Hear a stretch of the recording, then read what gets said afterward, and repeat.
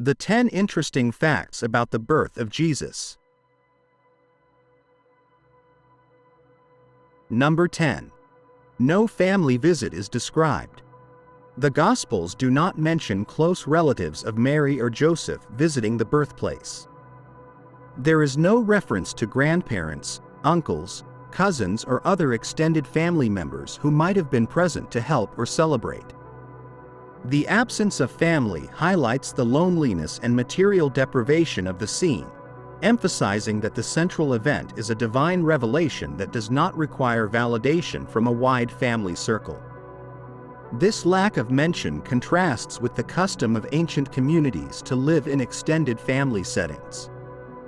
However, the intention of the biblical authors was not to present a detailed domestic setting, but to place the arrival of the Messiah in a humble, intimate context marked by the direct intervention of God.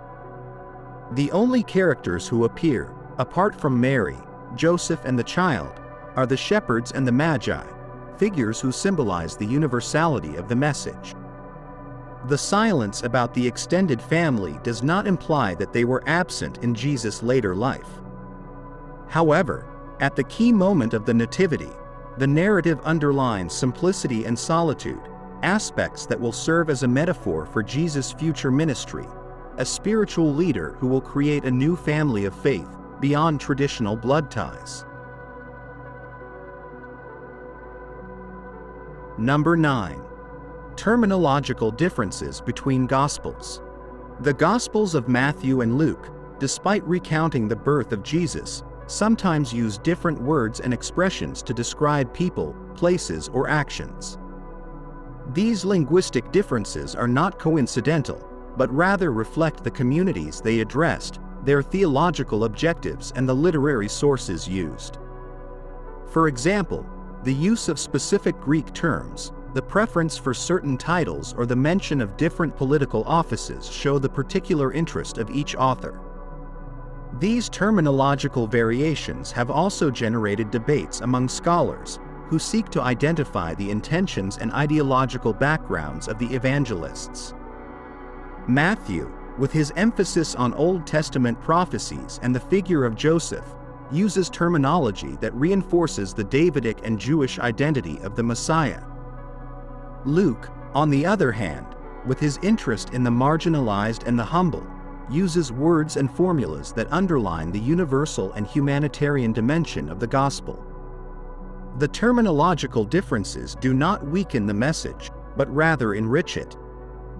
They show that the authors approached the mystery of the Nativity from different angles, adapting their language to the concerns of their readers and confirming that Christian revelation is not limited to a single form of expression, but encompasses a variety of perspectives and nuances.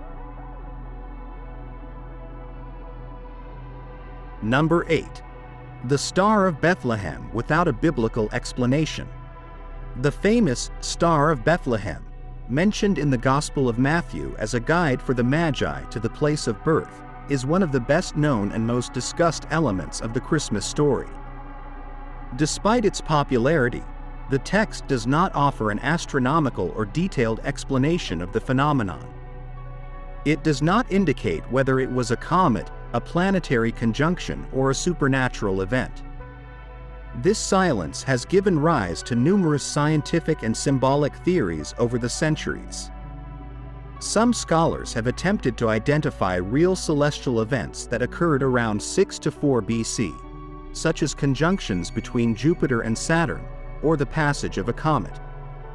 Others consider the star to be more of a literary device to underline the cosmic significance of the birth of the Messiah, reflecting the idea that nature itself participates in the announcement of the event. The absence of a clear explanation does not detract from the value of the story. On the contrary, it maintains the mysterious and fascinating dimension of the Nativity. The Star of Bethlehem remains a symbol of spiritual guidance, a light that leads to the truth beyond human rationality. Thus, the lack of exact details enhances its function as a mythical and significant element within the Christian imagination. Number 7. Lack of references to meals or banquets. In the biblical text, there are no mentions of banquets, festive meals, or specific culinary celebrations that accompanied the birth of Jesus. There is no reference to any type of special meal prepared by Mary and Joseph, nor to a feast organized by neighbors or visitors. The scene is presented in an austere manner, without gastronomic elements that, over time, would become common in Christmas festivities around the world. The absence of culinary descriptions puts the emphasis on the spiritual aspect of the event. The arrival of the Messiah is not framed in an atmosphere of opulence or extravagance, but in the simplicity of a stable, a manger, and humble witnesses. This simplicity contrasts with the rich culinary tradition that Christmas celebrations have incorporated over the centuries. Although later Christianity associated Christmas with family dinners and traditional dishes, these cultural traits do not come from the Gospel account. The original simplicity does not try to downplay the joy of the moment, but to focus attention on divine transcendence, remembering that the true richness of the Nativity lies in the presence of the Savior, not in material abundance. Number 6. No mention of medical help. The Gospels do not mention the intervention of midwives, healers, or professionals who assisted Mary during the birth of Jesus. The scene is presented without medical support or special health preparation, reflecting the simple, everyday conditions of birth. This absence is not surprising for the time, given that many births occurred in domestic settings without specialized assistance. The lack of references to medical help also highlights the sacred dimension of the event. The incarnation takes place in an ordinary context, without privileges or exceptional care, emphasizing the full insertion of God into ordinary human life. While the health and safety of childbirth are a central concern today, in the biblical account the interest lies in the transcendent meaning, not in medical contingencies. This lack of details about medical assistance does not limit the depth of the story. On the contrary, it emphasizes its simplicity. The Nativity occurs in a discreet setting, without expert witnesses or sophisticated equipment. The humility of the setting reveals the paradoxical grandeur of the event. The King of Kings is born like any other human being, experiencing the vulnerability and limitations of the mortal condition. Number 5.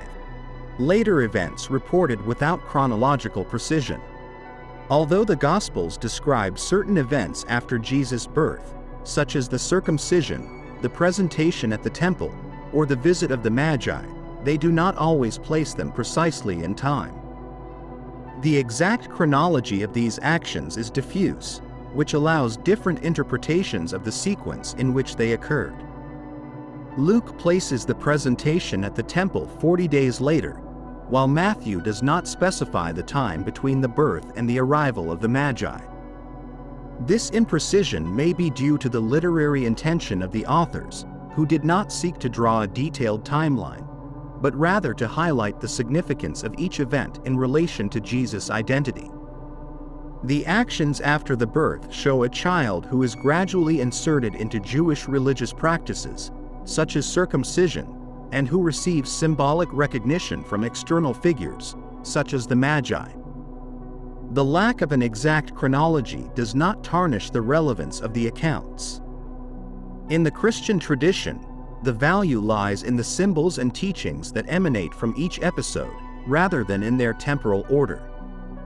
Thus, readers are invited to contemplate the childhood of Jesus in its theological dimension, interpreting the sequence of episodes as a progressive revelation of the Messiah, without the rigidity of a strict calendar. Number 4. The dating of the Gospel of Luke. The date when the Gospel of Luke was written is a matter of debate among scholars, but it is usually placed between the late 70s and early 90s AD. This dating, after the destruction of the Temple of Jerusalem in 70 AD, means that the author wrote his work with some temporal distance from the events he describes.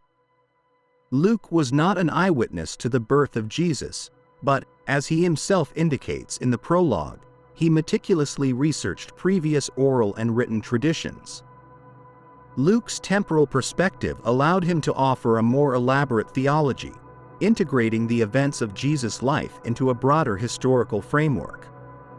His interest in placing the birth in the context of the Roman Empire, mentioning censuses and rulers, is due to his intention to present the gospel as a universal event, not limited to the geography of Palestine.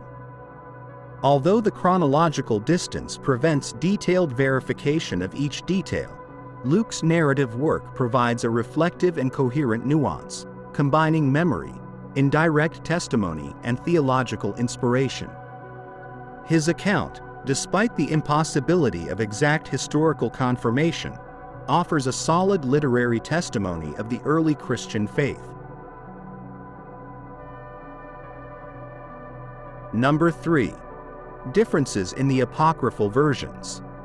In addition to the canonical accounts of Matthew and Luke, the apocryphal Gospels, texts not included in the New Testament canon, present alternative or expanded versions of Jesus' birth. Works such as the Proto-Evangelium of James or the Gospel of Pseudo-Matthew introduce details that do not appear in the official texts, such as the presence of a midwife, the miraculous intervention during childbirth, or the detailed description of a cave. These apocryphal variants reflect the curiosity and piety of the early Christian communities, who sought to fill the gaps left by the canonical Gospels. Despite not being considered reliable sources at a historical level, they influenced the iconographic and devotional tradition, rooting elements such as the ox and the mule in the popular imagination and reinforcing the idea of the cave as a place of birth. The differences between the canonical and apocryphal versions point to the plurality of early Christianity. The extra-canonical texts show how the story of the Nativity was reimagined and enriched, sometimes for edifying purposes, sometimes merely legendary. This literary diversity contributed to the formation of the later tradition, even if the Church ended up rejecting the historical and doctrinal authority of the apocryphal writings. Number 2. Possibility of different accommodations. The mention of the inn or room in Luke is ambiguous, which has led to different interpretations about the exact place of Jesus' birth. Some suggest that it was a room in a relative's house. Others believe that it could be a lower section of a peasant dwelling, or even a cave adapted to shelter animals. This lack of definition opens the door to the possibility of different plausible accommodations according to the customs of the rural environment of Judea. The choice of a modest space fits with the theological message. The Messiah is not born in a privileged environment, but in humble conditions that reflect God's closeness to the simplest. The story is not interested in describing in detail the architecture or the logistics of the accommodation, but in pointing out the contrast between the grandeur of the event and the simplicity of the environment.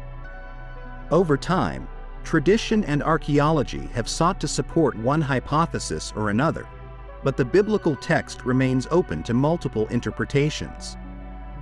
This flexibility, far from being a weakness, enriches the understanding of the Nativity, reminding us that the true focus is not on the type of construction, but on the spiritual meaning of the Incarnation, which can happen in any humble place on earth. Number 1. The veneration of the place of birth from very early times. Early testimonies of church fathers and pilgrims indicate that, as early as the 2nd century, the Christian community of Bethlehem and its surroundings remembered and venerated the place identified as the scene of the Nativity. Local memory, transmitted from generation to generation, was an essential component of the faith and guided the first believers to preserve and mark the site where, according to tradition, the Word of God became flesh. This early veneration was reinforced when, after the Constantinian peace, the emperor's mother, Helena, promoted the construction of the Basilica of the Nativity at the beginning of the 4th century. The presence of this sanctuary consolidated the identification of the place and turned it into an international pilgrimage destination. Thus, devotion to the place of birth is not a late phenomenon, but has its roots in early Christianity, reflecting the importance of the Incarnation in the consciousness of the first faithful. The continuity of veneration through the centuries, despite conquests, disputes, and cultural changes, shows the resistance of a tradition that considers sacred the space that bears witness to the divine eruption in human history. Thus, the place of the Nativity was, and remains, an anchor point that connects today's faith with the generations that, from very early times, knew how to recognize the significance of the event celebrated. Thank you for watching our video.